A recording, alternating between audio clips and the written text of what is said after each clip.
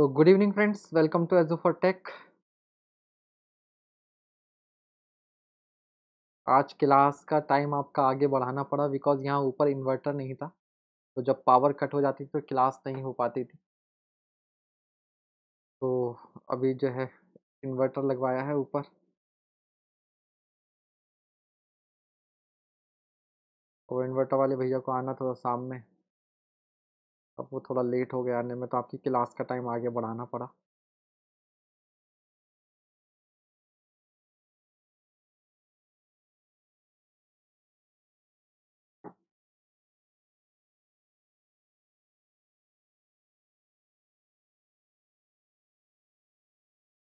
ठीक है, good evening good evening good evening. फटाफट जल्दी करते हैं। क्वेश्चन नंबर 1 आपके सामने है।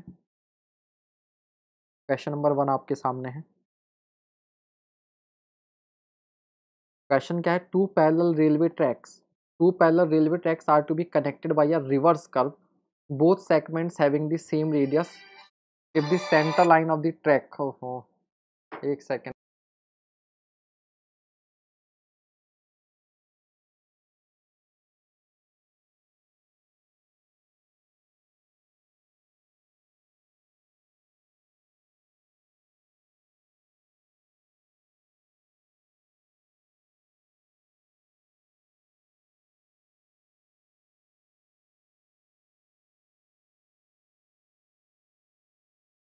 ठीक है भाई। तो हाँ, if the center lines of the track are 8 meter apart and the maximum adaptable distance between the tangent points is 32 meter, the allowable radius for the curve is। ठीक है, तो बेसिकली क्या है सवाल में कि आपके पास दो पैरेलल ट्रैक हैं। एक ट्रैक ये था ए और ये दूसरा ट्रैक बी है, और इन्हें हमें क्या करना है? इन्हें हमें कनेक्ट करना है रिवर्स कर्व से। तो रिवर्स कर्व क्या होता है कि पहले ये आपका इस तरह से आएगा और इसके बाद में आपका कर्व क्या जाएगा, फिर इस तरह से जाएगा। तो इसकी रेडियस इधर हो जाएगी आर और इसकी रेडियस इधर हो जाएगी आर, बट ये आर दोनों क्या है? Same. This is tangent point 1, this is tangent point 2। इन दोनों के जो बीच की डिस्टेंस आपको दी हुई है T1 T2। ठीक है, T1 T2 आपको दे रखा है कितना? Distance between tangent point T1 T2 is equals to आपको दे रखा है 32 मीटर। ठीक है, if the centre lines of the tracks are 8 metre apart, और ये सेंटर लाइन है ट्रैक्स की, तो ये जो डिस्टेंस है ये आपको दे रखी है 8 मीटर।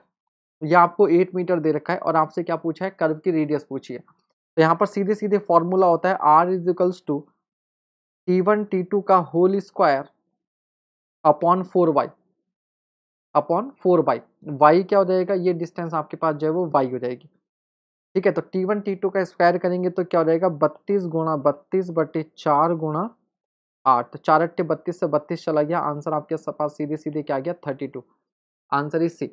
अब यहाँ पर याद रखिएगा T1 T2 ये एग्जैक्ट डिस्टेंस दी हुई थी। समटाइम्स क्या होता है T1 T2 ये ना देकर T1 T2 आपके पास ये दिया होता है, मतलब T1 T2 ये दिया होता है, मतलब अलोंग द ट्रैक ये डिस्टेंस दी हुई होती है, ये वाली। तो ये डिस्टेंस मालूम है, ये डिस्टेंस मालूम है, तो पाइथागोरस थ्योरम लगाकर T1 T2 आ जाएगा और फिर T1 T2 की वैल्यू यहाँ पे रख देंगे, आंसर आपका आ जाएगा। ठीक है, आप इस तरह से इस क्वेश्चन को देन उस केस में आप कर सकते हैं। ठीक है, चलिए next question. A train is hauled by 282 locomotive with 22.5 tons load on each driving axle। हाँ शशांक, पता है। ठीक है, शेड्यूल उन्होंने अपडेट कर दिया। Assuming the coefficient of rail wheel friction to be 0.25, what would be the hauling capacity of the locomotive। ठीक है, तो हॉलिंग कैपेसिटी का जो फॉर्मूला होता है वो आपके पास जस्ट लाइक फ्रिक्शन होता है म्यू इंटू डब्ल्यू। जैसे फ्रिक्शन फोर्स होता है ना म्यू एन, तो एन को क्या लिख देते थे हम लोग? Mu M G. M G क्या होता था? डब्ल्यू। डब्ल्यू यहाँ पर टोटल लोड होता है, तो इसी को आप लिख सकते हैं mu N small W. Small W क्या होता है? पर एक्सल लोड होता है और एन नंबर ऑफ एक्सल्स होती हैं, ड्राइविंग एक्सल। तो यहाँ पर याद रखिएगा ये जो टू होता है ये लीडिंग व्हील्स होते हैं, ये ट्रेलिंग व्हील्स होते हैं, और ये जो डब्ल्यू होता है ये आपके पास ड्राइविंग व्हील्स होते हैं। ये क्या होता है? Driving wheels. तो इन्हीं का लोड जो है वो बेसिकली आपने क्या करना होता है, कंसीडर करना होता है। तो अगर 8 व्हील्स हैं तो आपके पास जो म्यू की वैल्यू है वो कितनी है, 0.25। 8 व्हील्स मतलब नंबर ऑफ एक्सल कितने रहेंगी, 4 हो जाएंगी। और पर एक्सल कितना लोड दे रखा है आपको, 22.5 टन। तो 22.5, तो ये आपके पास हॉलिंग कैपेसिटी, इंजन की खींचने की क्षमता, ये आ जाएगी। ठीक है, तो इसको सॉल्व कर लीजिएगा, कितना आ रहा है आंसर आप लोगों का, 22.5 टन। ठीक है, तो 22.5 tonne is the answer. Very good. Next question. बेटा 8 पहिए हैं, एक एक्सल में 4 पहिए होते हैं ना, एक एक्सल में क्या होते हैं, एक एक्सल में 2 पहिए होते हैं। तो ये आपके पास एक्सल है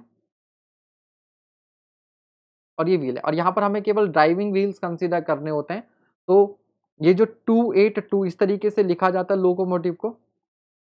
ठीक है, एक ये जापानी कोई थे, मुझे एग्जैक्टली याद नहीं रहा उनका, मोडेंटा जने क्या नाम था, नाम याद नहीं रहा, उनका बनाया हुआ ये सिस्टम है। ठीक है, तो लीडिंग व्हील्स, ट्रेलिंग व्हील्स, ये जो 8 होते हैं ये ड्राइविंग व्हील्स होते हैं, इन्हीं के बेसिस पर हॉलिंग कैपेसिटी डिसाइड होती है। ठीक है, तो ये 8 है, तो 8 को 2 से डिवाइड कर दोगे 4 हो जाएगा। चलिए, what is the curve resistance.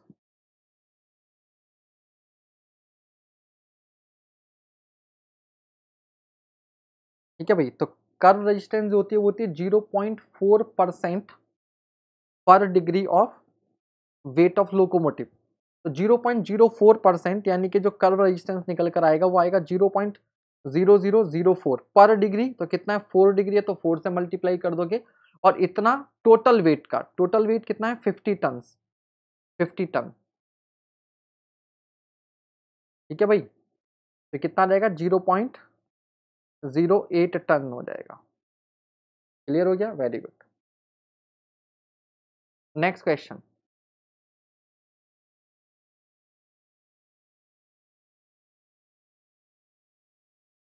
Which of the following factors help in ensuring track modulus in a railway track?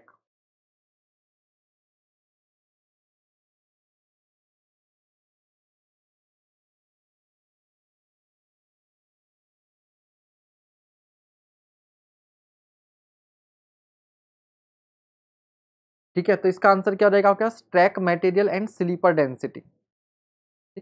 Basically क्या होता है, ट्रैक मॉड्यूलस होता है क्या है,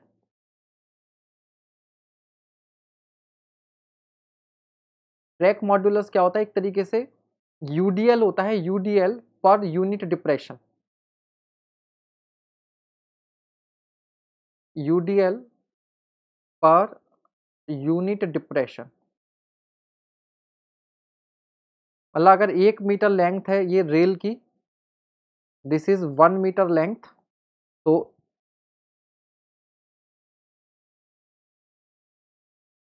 यहां पर हम लोग यूनिफॉर्म डिप्रेशन मानकर चलेंगे, क्योंकि एक छोटी सी सिंपली या चलो ऐसे ही मानकर चल लो, 2 स्लीपर के बीच में ऐसे ही मान लो यहाँ पर कुछ डिप्रेशन बनना है डेल्टा, तो यहाँ पर कुछ लोड लगा होगा, तो यूनिट डिप्रेशन के लिए जितना लोड चाहिए होता है उसको हम लोग क्या बोलते हैं, आपका ट्रैक मॉड्यूलस बोलते हैं। तो ये किस पर डिपेंड करेगा, ट्रैक के मटेरियल पर और स्लीपर डेंसिटी पर। स्लीपर डेंसिटी जितनी ज़्यादा होगी, ट्रैक मॉड्यूलस क्या होना चाहिए, उतना ही ज़्यादा होना चाहिए। ट्रैक मटेरियल जितना ज़्यादा अच्छा होगा उतना ही आपका ट्रैक मॉड्यूलस ज़्यादा होगा, क्योंकि ज़्यादा लोड लगाना पड़ेगा for unit deformation.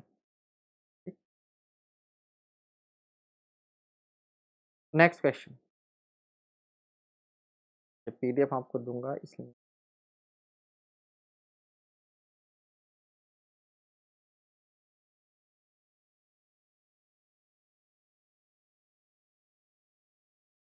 Next question,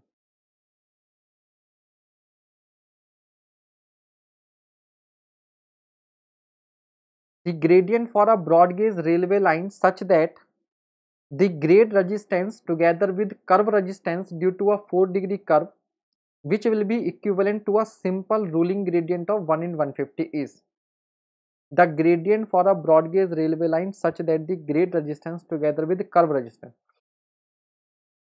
तो कर्व रेजिस्टेंस तो मैंने आपको ऑलरेडी बता दिया, ठीक है, कर्व पर क्या होता है, जब कोई भी व्हीकल जब कर्व पर जाता है, या आपने हाईवे में भी पढ़ा है,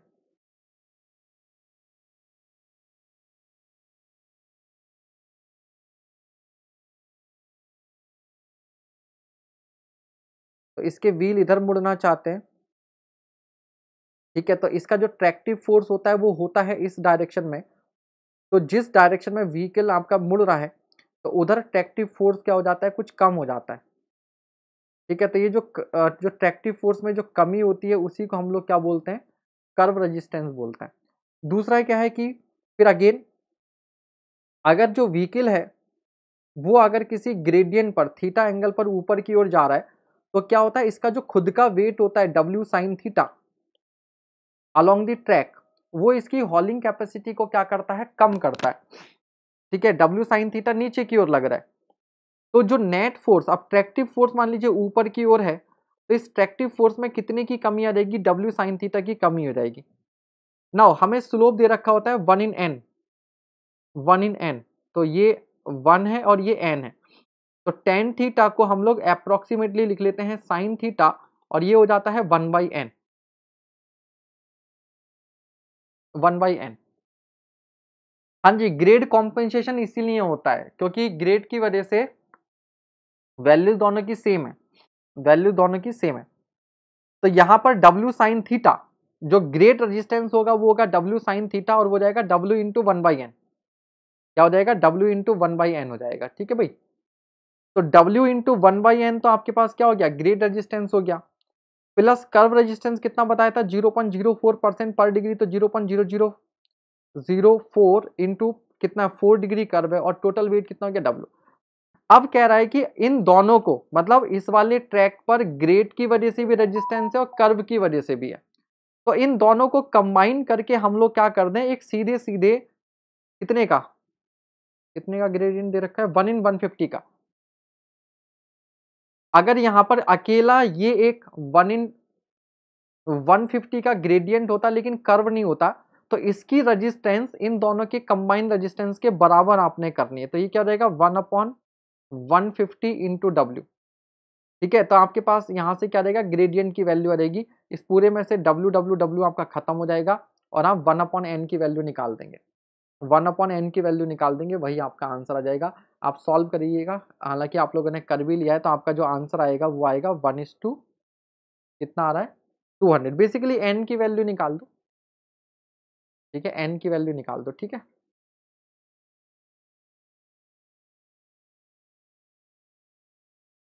हाँ बिल्कुल अनुज, यही आप कह सकते हैं। ग्रेड रेजिस्टेंस नहीं, curve resistance, curve resistance, curve पर रेजिस्टेंस है ना। और ग्रेड कॉम्पेंसेशन भी कहाँ देना होता है, कर्व पर ही देना होता है, कर्व पर ही देना होता है। तो कर्व पर क्योंकि कर्व रेजिस्टेंस आती है, तो उसको खत्म करने के लिए ग्रेड को कॉम्पनसेट कर देते हैं, ग्रेड को क्या कर देते हैं, कॉम्पनसेट कर देते हैं। ठीक है, समझ गए, यही लॉजिक है। नेक्स्ट क्वेश्चन,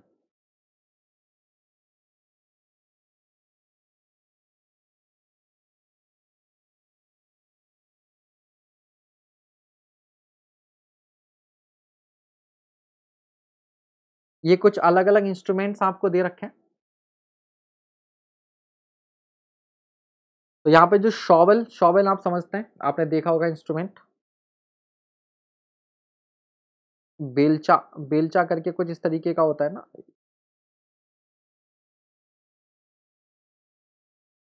कुछ इस तरीके का इंस्ट्रूमेंट होता है। तो शॉवेल किस लिए यूज करते हैं हम लोग, टू हैंडल दी बेलास्ट। तो ए आपका किससे मैच करेगा, 4 से, तो बी किससे मैच कर जाएगा, 3 से। जो क्रो बार्स होंगे आपके, जो क्रो बार्स होंगे वो क्या करेंगे, टू करेक्ट ट्रैक अलाइनमेंट।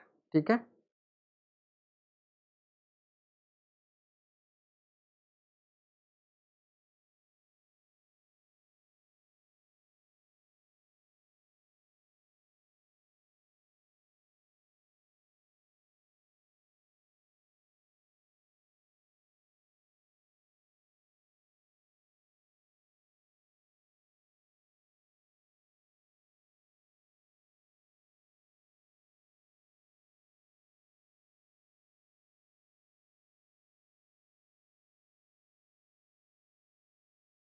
ठीक है, और रेल टोंग्स किसके लिए हो जाएगा, टू लिफ्ट रेल हो जाएगा, तो सी किससे मैच करेगा, 1 से। आपका आंसर बी कैसे आ रहा है, आंसर तो सी होगा ना, आंसर इसका होगा सी ना कि बी, आंसर इज सी ना कि बी। रेल टंग किस लिए होगा, टू लिफ्ट रेल, और जो क्लॉ बार होता है ये होता है to remove dog spikes out of sleepers. Dog spike आप समझते हैं, स्लीपर्स पर रेल को,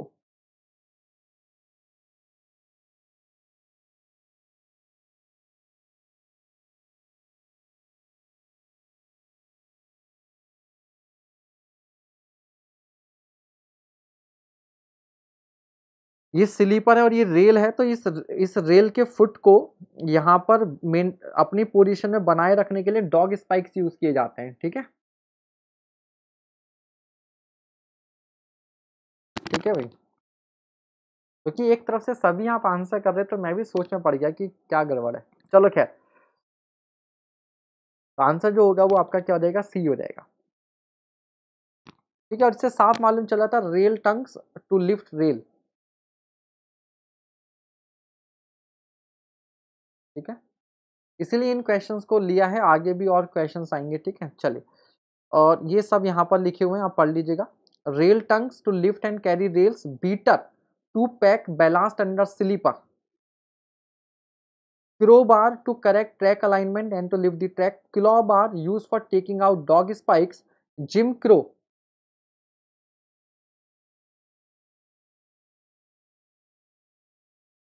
to bend or break rails, to bend or break rails। ठीक है भाई,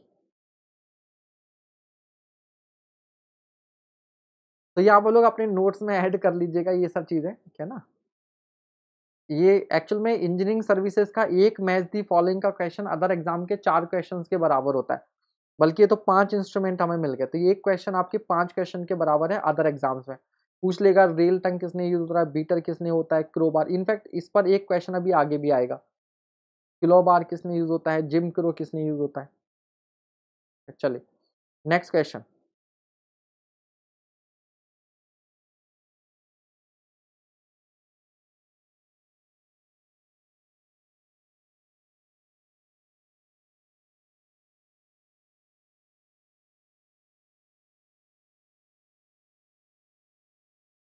आज हो सकता है मैं रात में विजन बैच की क्लास के बाद में 11 बजे जो ईएससी के स्टूडेंट्स हैं उनसे साथ डिस्कशन के लिए मैं लाइव आ सकता हूँ। ठीक है, इस क्लास के